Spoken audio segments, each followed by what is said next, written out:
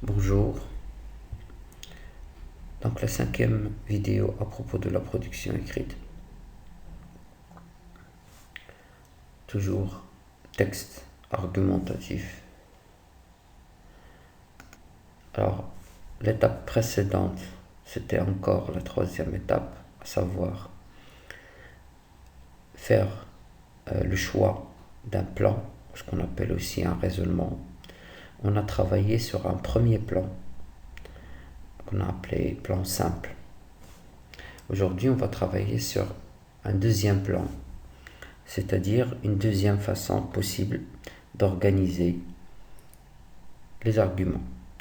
Alors je rappelle une chose très importante, c'est que le sujet qui vous est donné le jour de l'examen ne vous impose pas un type de plan. Vous pouvez organiser vos arguments de la façon que vous voulez. Ceci étant, il est important de savoir que ce qui vous est demandé, c'est de les organiser de façon cohérente, de façon à ce que le correcteur, il comprenne facilement ce à quoi vous voulez arriver. Et donc, le choix du raisonnement, ou ce qu'on appelle le plan, s'avère être important, parce que ça va vous permettre de faire en sorte que votre texte soit compréhensible. Et donc, vous devez avoir à votre disposition au moins 2 plans, parce que cela vous permettra d'adapter ou de vous adapter par rapport au type de sujet que vous avez et par rapport au nombre des arguments que vous arrivez à avoir sur ce sujet. Donc, il vaut mieux avoir connaissance d'au moins 2 plans. Alors, le deuxième plan, on va l'appeler un plan concessif 1, puisqu'il y aura un plan concessif 2. Alors, on l'appelle plan concessif, on aurait pu l'appeler plan dialectique. Sauf que ce n'est pas un vrai plan dialectique. Parce que le plan dialectique est un plan philosophique très compliqué à réussir, qui se base sur le dépassement d'une contradiction d'apparence. Chose qui est peut-être un tout petit peu compliquée à faire à ce niveau. Donc, sur le principe de ce qu'on appelle un plan dialectique, on construit un deuxième plan qu'on appelle concessif. Pourquoi on l'appelle concessif? Alors, je vous explique les caractéristiques de ce plan. Alors, il est basé sur une concession, c'est-à-dire qu'on apporte la thèse adverse tout en faisant attention à défendre notre thèse. Qu'est-ce que c'est que la concession? La concession, c'est une technique d'argumentation qui consiste à commencer tout d'abord par accepter une partie de la thèse adverse pour la réfuter par la suite.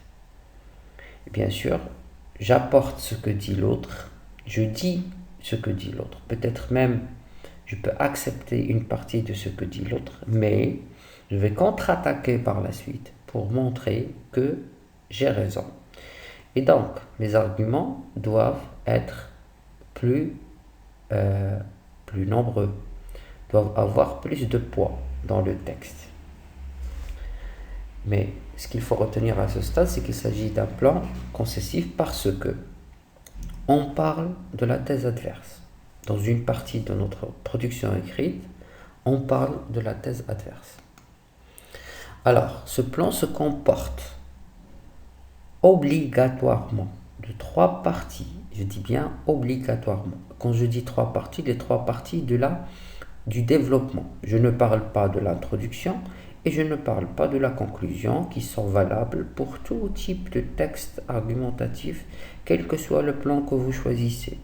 Moi, je parle des 3 parties qui composent le développement. Ces 3 parties, on les appelle thèse, antithèse et synthèse. Et la faute courante ici, c'est de confondre la synthèse et la conclusion. La synthèse Ce n'est pas la conclusion. La synthèse, c'est une troisième partie de votre production écrite et ce n'est pas la conclusion. On va voir ce qu'on y met. Alors, voilà, c'est ce que je viens de dire. L'affirmation de notre thèse ne doit pas se limiter à la conclusion. Plan général du développement. Maintenant, qu'est-ce qu'on va mettre dans ce développement en détail? Alors, c'est la première partie qu'on appelle thèse. Première partie, bien sûr, qui correspond à un premier paragraphe. On va rapporter la thèse adverse en expliquant ou en résumant quelques-uns de ses arguments. Je veux dire ce que disent les autres, tout en donnant les arguments des autres, les arguments de la thèse adverse. Deuxième partie, deuxième paragraphe, ce qu'on appelle l'antithèse. J'expose ma thèse sans encore dire que c'est la mienne, en l'exposant à la thèse, en l'opposant à la thèse adverse. Et puis, j'apporte 2 ou 3 arguments en faveur de ma thèse. Alors, j'expose ma thèse, c'est-à-dire je dis cette thèse qui sera la mienne par la suite, mais je ne dis pas encore je pense que. Je ne suis pas encore dans l'affirmation de mon avis définitif, chose qu'on va faire dans la conclusion. Donc, j'oppose cette thèse à la thèse que j'ai rapportée dans le premier paragraphe, et puis j'apporte des arguments en faveur de cette thèse. La synthèse, j'apporte d'autres arguments en faveur de ma thèse. Ou, qui peuvent être 2 ou 3, ou je peux apporter un seul argument très fort en faveur de ma thèse en l'expliquant. De toute façon, comme je dis, il faut que ce soit un paragraphe. Voilà. Alors, en détail, toujours nous travaillons sur le même sujet et supposons que je vais défendre la thèse suivante. Non, durcir le traitement des criminels ne diminue pas la criminalité. Alors, dans le premier paragraphe qu'on appelle thèse, je vais dire le contraire de ce que je vais défendre. C'est-à-dire, je vais dire il faut durcir les traitements. Et je vais apporter des arguments en faveur de cette thèse. Par exemple, la meilleure réponse à la grande violence, c'est durcir les traitements. Le seul moyen de traiter de telles personnes qui sont des ignorants, des barbares, des violents, c'est durcir les traitements. Il faut dissuader par la violence. Donc ça c'est la thèse que je ne vais pas défendre. C'est par cette thèse que je commence et j'apporte des arguments en faveur de cette thèse qu'on appelle thèse adverse. Deuxième paragraphe, je vais parler de ma thèse. Au contraire, je vais dire au contraire, il ne faut pas justement durcir le traitement des criminels et je vais apporter des arguments.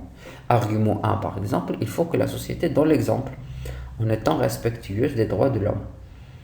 Et en évitant il faut que la société évite d'utiliser la violence parce qu'en l'utilisant, elle la banalise.